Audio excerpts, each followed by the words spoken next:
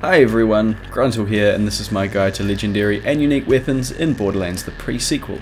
This episode we're looking at the KerBoom, which is a legendary assault rifle manufactured by Torgue. So you can get this from Boomer, who is one of those guys in the flying Dull ships, and it's dropped during, or he appears, during the mission. Nothing is never an option, and that's an Outland Spur. Now, basically this weapon is a copy of the KerBlaster from Borderlands 2, if you know that weapon. So what happens is it will shoot out an explosive projectile, which will then spawn off a grenade that will explode after 1 second.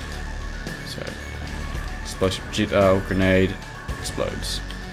So that's how that works. Now if we have a look at the parts here, it's always going to spawn with the Torgue barrel. That's the unique barrel for this weapon. The rest of it are parts that I put on, except for of course the Torgue body. So we've got the Torgue sight, and I reckon that just fits in well with the look of the Torgue weapon. The sights are, as always, just a visual thing. They don't add any stats. The grip I have here on this is the Vladov grip, and that's because the fire rate of the KerBoom is a bit slower. It's a bit slower than I'd like it to be, and I think it's actually slower than a purple version. We'll be comparing them in a second.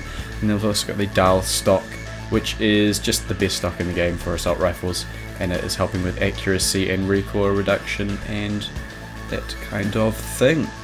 Lastly, we have the attachment here, just that little bit there, and that is the slippery prefix. Basically that will add projectile speed. So with a Torgue assault rifle, the projectiles usually go quite slowly.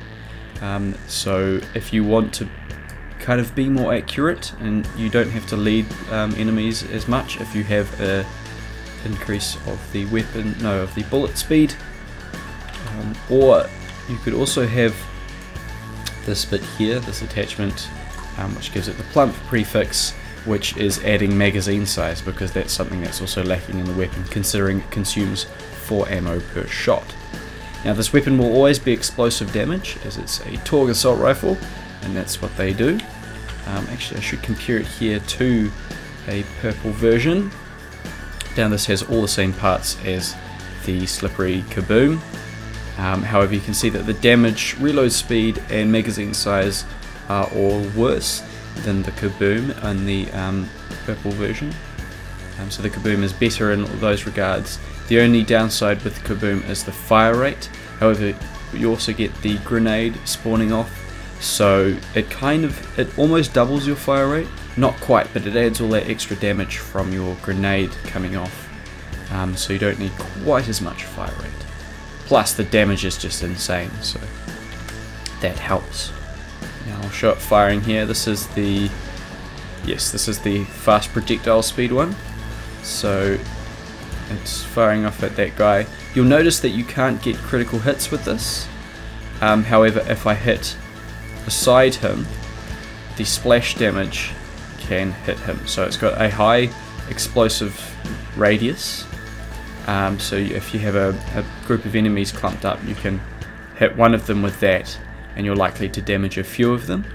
And with also the grenade coming off, it's quite good for crowd control, especially at long range, as this weapon is very accurate, especially for a Torgue assault rifle. It's pretty incredible.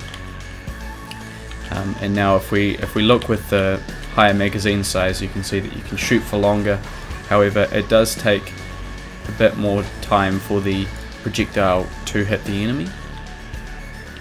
And those rainbow bits that came out of me just before were part of Claptrap's skill tree, so that is not from the weapon, just so you know. Now, and I've also got the assault rifle thingy, so it's increasing my damage with the assault rifle now. But what I'm going to do is I'm going to jump over with Claptrap and do some killing of some enemies with this weapon.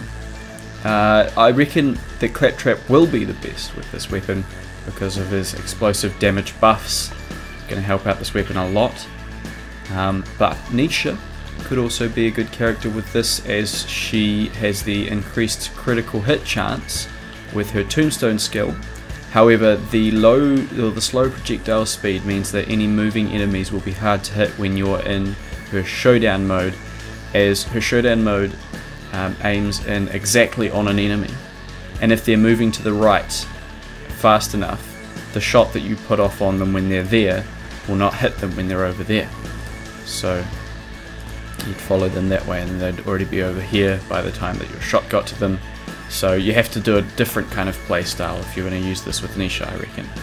Otherwise, all the other characters could use this because it's pretty powerful, but they're not going to be too impressive, I don't think. Anyway, we're going to jump over to that claptrap gameplay, and I'll let you know what I'm thinking of the weapon.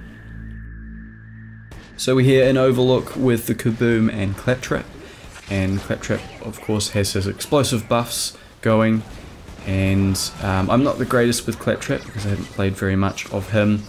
He's one of the characters that I've just gibbed up to level 70 rather than played up to level 70. But his explosive buffs, you can see, are working very well against these enemies, as well as the fact that this KerBoom has a very high base damage.